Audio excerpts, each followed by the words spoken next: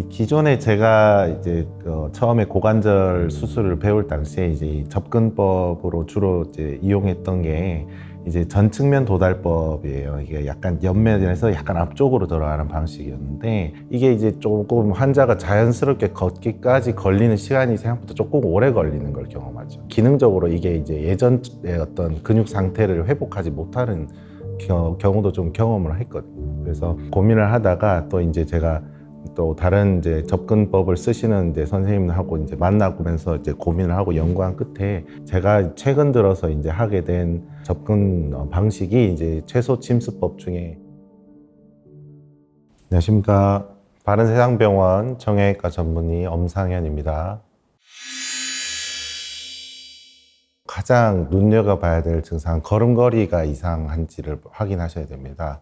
보행을 할 때 고관절이 이제 아픈 사람들은 이제 발을 디디고 무게를 딛게 되면 사타구니 쪽에서 통증이 발생을 합니다. 그렇기 때문에 그 디디는 통증을 빨리 이렇게 회피하기 위해서 다리를 약간 절게 되거든요. 그래서 그런 다리를 절면서 걷지 않는지를 확인하는 게 가장 중요한 증상일 것 같고, 허리 통증과 구분하기가 조금 어려워하시는 경우가 있어요. 일단 고관절을 이렇게 모형을 보시면 이제 이 골반에서 이 비구면과 대퇴골두가 만나는 이 부분에 있는 게 고관절인데, 이 부위에서 통증이 있으면 고관절 통증일 가능성이 많고, 뒤쪽에 좀 더 윗부분 엉치부 쪽 허리와 골반이 인접하게 만나는 곳에서 통증이 좀 더 있지 않나를 보시면 이건 또 허리에 문제가 있지 않겠느냐, 이렇게 확인을 하시면 좀 도움이 될 것 같습니다.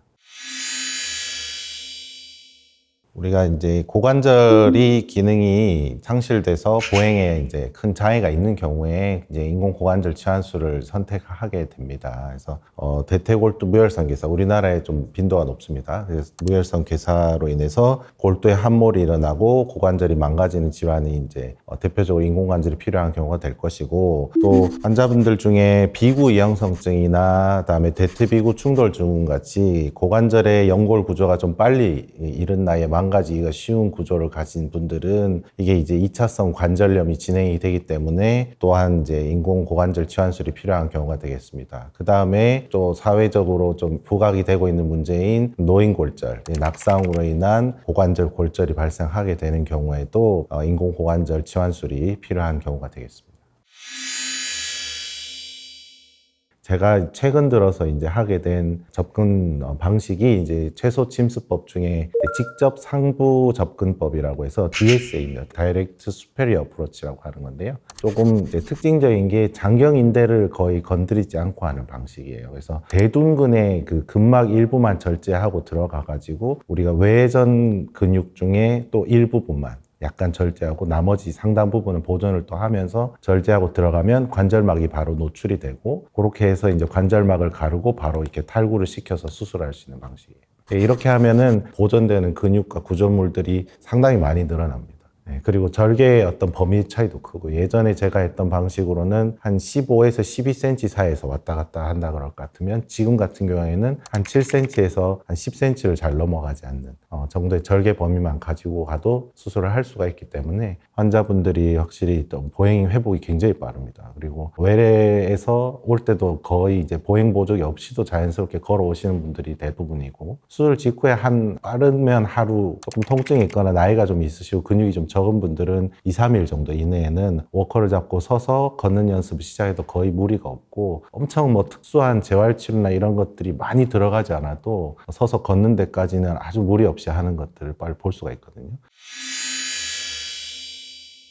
재활치료를 바로 다음 날부터 이제 시작합니다. 통증이 아주 심한 분들은 이제 그 다음 날 하기도 하지만, 보통 첫째 날에 이제 일어서는 연습을 다 하게 되고요.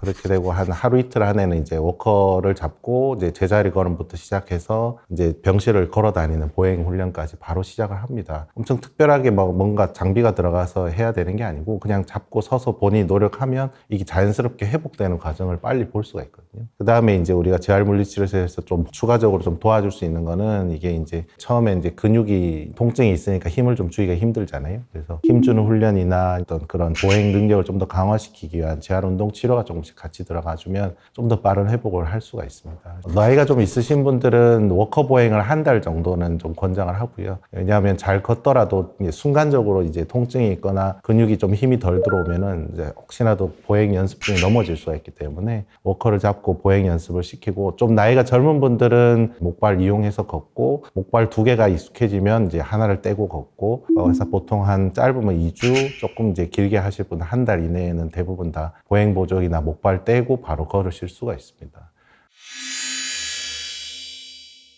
인공관절 수술하신 분 중에 좀 나이가 많으신 어르신들은 원래도 이제 낙상으로 인해서 골절이 돼서 수술하신 분들이 있기 때문에, 이런 분들이 초기 재활 과정에서 이제 너무 무리하게 보행 보조기의 도움을 정확하게 받지 않는다든지 집에서 갑자기 무리하게 걸으시려다가 다시 넘어지는 경우가 있거든요. 그래서 그럴 때는 또 이 인공관절 된 부분에서 이 주변에 뼈가 부러진다든지 그런 문제점들이 발생할 수가 있기 때문에 넘어지지 않도록 조심해야 된다, 그렇게 이제 말씀을 드리고 싶고, 또 좀 이른 나이에 인공고관절 수술을 하시게 된 분들은 이게 결국에는 자기가 장기간 동안 이 고관절 수술한 걸 오래 가지고 가야 되기 때문에 자신의 어떤 내과적 건강 상태를 관리하는 게 굉장히 중요합니다. 그래서 만약에 뭐 당뇨라든지 고혈압 같은 그런 내과적인 만성 질환들이 이제 관리가 잘 안 되게 되면 결국에 내 면역력이 떨어지고 활동이 떨어지고 하기 때문에 이제 인공관절에서의 어떤 감염 질환이 되는 거에 취약할 수 있고, 그다음에 점점 이제 나이가 들면서 이제 여성들, 특히나 폐경유의 여성분들은 이 뼈가 굉장히 많이 약해지는 골다공증도 진행되기 때문에 이 결국엔 뼈에 고정이 되어 있는 임플란트가 뼈가 튼튼해야지 이게 오래 버틸 수가 있거든요. 특히나 이제 나이가 드실 때는 이제 골다공증도 이제 신경 써서 관리를 좀 해주셔야지 이 고관절 주변에서 이제 골절이 발생해서 또 망가져서 재수술하는 어떤 위험성을 많이 낮출 수가 있다고 봅니다. 지금까지 바른세상병원 엄상현이었습니다. 감사합니다.